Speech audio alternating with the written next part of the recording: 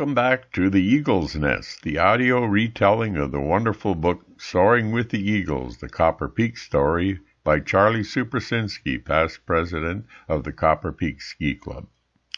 So right now we are in the year 1924, and the Norrie Athletic Club built the new Curry Hill, now the largest artificial ski slide in the world, and had their first invitational meet about a year ago and set a new world record with Walter Brotland's jump of 182 feet. The size of Ironwood's Curry Hill, the largest artificial hill in the world, must have put fear in the hearts of visiting competitors, and a winning tradition is being established as Team Ironwood begins to show their strength at the invitational meets in Duluth. Ironwood riders representing the Norrie Athletic Club made almost a clean sweep of the events in Duluth, with all but one man winning a place in the Class A and Class B events. In addition to that, Ironwood took first place in both classes. The Norrie Athletic Club was able to send Ironwood skiers to compete in Duluth, Chicago, Eau Claire, and various other communities, and sponsored their annual local and invitational tournaments. In anticipation of the invitational meet scheduled for Curry Hill on February 26, 1924, word was received that Ironwood's top skier was unable to compete, but an unusual guest was expected to show up and add interest to the meet. Walter Brotland, Ironwood's world record holder, is unable to leave the wilds of Canada to take part in the event because he is on a trapping expedition and does not feel justified in deserting his partner. Word is being awaited from Fred Pabst, the scion of the wealthy Milwaukee brewing family, who has been invited to compete here. Pabst is said to be a very enthusiastic rider and is secretary of the Milwaukee Ski Club. So Ironwood prepared for what they called the greatest ski tournament in the history of the Northwest on Sunday, February 24, 1924. Points as far south as Rhinelander will be represented in the crowds, with riders from Illinois, Michigan, Wisconsin, and Minnesota competing for honors. Indications are that nobody will be disappointed, for all marks set this year in the national tournament and even in the Olympic events may be smashed in the Ironwood Hill. Because it is the highest artificial hill in the world, visiting riders hesitate to go down the Ironwood slide. It takes plenty of nerve to jump under ordinary conditions. The size of Ironwood's Curry Hill must have put fear in the hearts of visiting competitors. It could be argued that Ironwood skiers have a home hill advantage. However, past performances by Team Ironwood clearly demonstrate the high quality of local skiers. They would make their mark at this second meet held on the new Curry Hill. The day after, here's the headline from the February 25th, now daily Ironwood Globe. John Stulich beats Brotland's world mark by 1 foot. 2 records are broken in Sunday's events. Wayno Mackey of Ishpeming leaps 153 feet for the boys' mark. John Stulich of Ironwood set a new world's record for artificial ski slides when he leaped 183 feet and stood, going 1 foot farther than Walter Brotland did last year when he established the record of 182 feet. Wayno Mackey of Ishpeming made a new world's record in the boys' class when he leaped 153 feet and remained standing. Leo Anderson of Ironwood made the same distance but was unable to stand. It is estimated more than 4,000 persons saw the thrilling rides down the fast slide, and it was generally conceded that yesterday's tournament was the most successful in the history of Ironwood, even outshining the successful meet of a year ago. Weather conditions were ideal with little wind and blowing. The size of the crowd at Curry Hill in 1924 was an indication of the enthusiasm generated by this event. 2 years in a row, Ironwood jumpers set records off the artificial slide. Ironwood skiers would retain these records until 1929. If you look closely at the pictures from Curry Hill events in 1923-24, you'll notice not only the size of the crowd, but also horse-drawn sleighs. What a fantastic outdoor winter attraction that must have been. 1924 was the year of the first Winter Olympics, and ski jumping was one of the events. The United States Olympic team had been selected, when and by what criteria is unknown, and the team was scheduled to leave for Chamonix, France, the site of the 24 Olympic Winter Games. And guess what?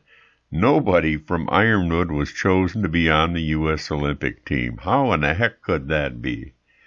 Well, the first Winter Olympics sure had its growing pains, and only 3 Americans competed in the 90K ski jumping.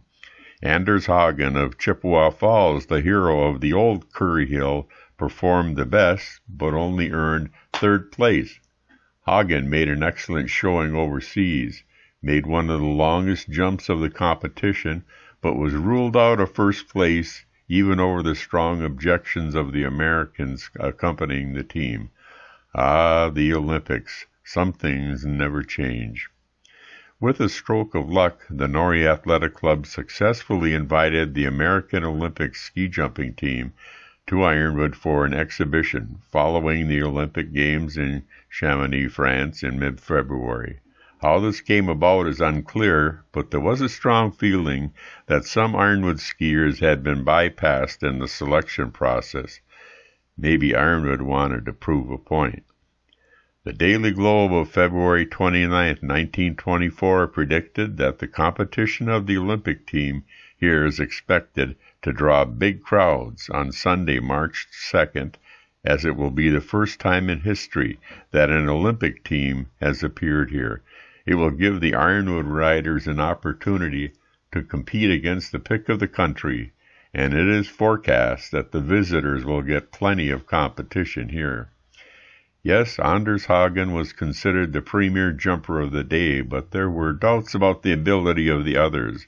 One day before the competition, the Globe showed that the anticipation was building, saying as follows, "Tomorrow will be the day when this question will be answered. Can Olympians Batson, Lean, and Overby stand the gaff when they ride the high Ironwood slide? Or are they more at home on slides that aren't as steep and dangerous?" Local sports fans believe that with the exception of Hagen, Ironwood has better riders than any of those on the Olympic team. So, how did it go when Team Ironwood and the American Olympic ski jumping team competed face-to-face? The headline and story from the Ironwood Daily Globe says it all. Anders Hagen, Olympic rider, is defeated by the Ironwood team. Brannis leaps 185 feet in best jump. Hagen makes a frantic effort to best it and makes 197 feet, but falls. Bill Brannis was not the only Ironwood rider to outjump the Olympic contestants. Clarence Dolly Burling did it twice, hanging up the first long-distance effort by leaping 177 feet on his first ride and 170 on his third. Leonard Anderson jumped 172, and John Fieldseth made 166. Hagen's best leap without a fall was 165. The crowd, which came out to see the Olympic riders in action, was disappointed when Olympians Batson and Overby failed to appear here, and it hissed and booed Hagen because he refused to ride again after making a fall in his attempt at a long leap. Ironwood riders clearly demonstrated they were a ski-jumping power to be reckoned with. After learning of the success against the Olympians, the first secretary and longtime member of the National Ski Association, Asko Holter of Ashland, Wisconsin, gave his views on selecting the Olympic team, making the point that the Ironwood Club, led by Walter Brotland, should have had at least one representative on the 1924 Olympic team. The performances of Team Ironwood, John Stulich, William Brannis, Clarence Burling, Leonard Anderson, John Fieldseth, and Alfred Orn demonstrated the talents of the Ironwood skiers. Out of that group, several national champions would emerge. The exhibition with the Olympians served to confirm the overall quality of the Ironwood skiers. They would rule the sport in the mid to late 1920s. So 1924 really was an amazing year for Ironwood jumpers.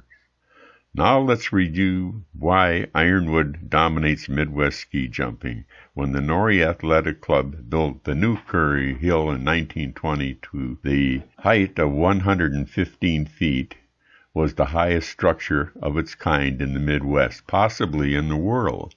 There were other structures, but smaller, built by the H.S. Witherall Company of Chicago, including Cary and Forest Preserves in Chicago, Milwaukee, Chippewa Falls, Stoughton, and Mount Horeb in Wisconsin, Coleraine, Minneapolis, and St. Paul in Minnesota, and Grand Beach, Michigan. The artificial slide at Curry Hill turned out to be very challenging for visiting ski jumpers. It was high and steep. Because Ironwood skiers could practice on the hill, it gave the home boys a distinct advantage, and in Ironwood, because of the many local ski jumps available for youngsters to develop their ski jumping skills, there was an abundance of talent available to make the Curry Hill slide. The performance of the Ironwood squad in exhibition against the Olympians at Curry Hill in 1924 is evidence of a strong ski jumping community. Walter Brotland set the standard for Curry Hill in its inaugural meet in 1923 with a leap of 182 feet, and John Stulish, by the way, both riders were from Ironwood, upped the record to 183 feet the following year. This record for jumps off an artificial slide would last until it was tied by Lamons Batson, a former Olympian, at Westby, Wisconsin in 1929, and then broken by Alf Engen of Westby in 1930 with a leap of 187 feet. In 1925, the hills started getting larger. Midwest ski clubs were motivated to increase the size of their hill to garner longer distances. For example, the Ishpeming Ski Club has been using the Brassware and Jackson Hills and recognized that the maximum leap possible was about 165 feet, so they began to look for a new site in 1925. They found what today is called the Suicide Bowl, located southeast of Ishpeming, secured lease on the property, and promptly built a slide on the hill. Their first tournament was held in 1926, but jumps did not match the leaps made in Ironwood. It would take a number of years of improvements to the hill before they would be able to exceed the leaps at Curry Hill. Westby was also enlarging their hill, and years later, their hill would be the one to break Ironwood's stronghold on the longest jump from an artificial slide. The Norrie Club managed to send riders to a number of meets, as well as sponsor a local competition and an invitational meet during the 1925 season. Throughout the year, riders from Ironwood made good showings at all the Midwest meets. At the national meet in Canton, South Dakota, Alfred Orn, formerly of Ironwood, captured first place in Class B and became the national champion. 5 Ironwood riders placed at the invitational meet in Duluth, February 15, 1925. Palmer Peterson was 5th in Class A. In Class B, Leo Anderson was 6th, Bert Wilczek 8th, and Helmer Mirander 10th. Sam Davey placed 2nd in the boys' class. That same year, the invitational meet in Ironwood attracted some of the best jumpers in the country, including Matt Heikkinen and Walter Anderson from Ishpeming, Bjorngard of Red Wing, Al Bakken, Harry Lean, former Olympian, and Alfred Orn, National Class B champ of Chicago, and Clarence Hall of Detroit. Ironwood placed 5 riders in the top 10, with John Stulich earning 2nd place. Truly a strong representation of local skiers. What is most remarkable is that 24 of the 46 competitors were from Ironwood. In the following year, 1926, there were a lot of hopes and expectations for the coming year after 3 successful seasons of competition at Ironwood.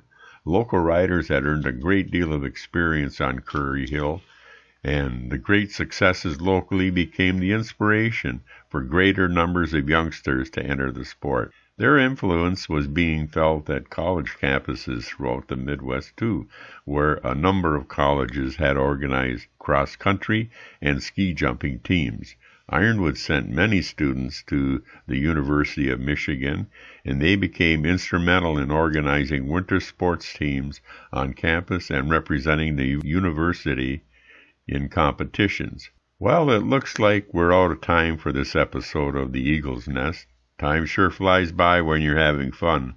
This is your narrator, Dan McManman, saying thank you for taking time to spend with us, and won't you join me again next time when we talk about the rest of the 1920s decade. Oh, and just a reminder, we are on the YouTube channel now, and you can listen to all the episodes so far anytime by going to the YouTube app on your cell phone or other device or your smartphone and type in the 4-word search terms Copper Peak Eagle's Nest, and our Copper Peak Eagle's Nest channel should come up, and you can scroll up or down to select episodes. Closed captioning is available too, and the weekly episodes also air daily on Copper Peak Radio 102.1 FM and on our streaming sites at 6:08 and 11:08 a.m. and p.m. Central Standard Time in the USA. These episodes of The Eagle's Nest are just a summary of the great book by Charlie Suprasinski titled Soaring with the Eagles, The Copper Peak Story, and it's available at the Depot in downtown Ironwood and at the Downtown Art Place in Ironwood. Okay, that's it for now. See you at the next time we talk about The Eagle's Nest.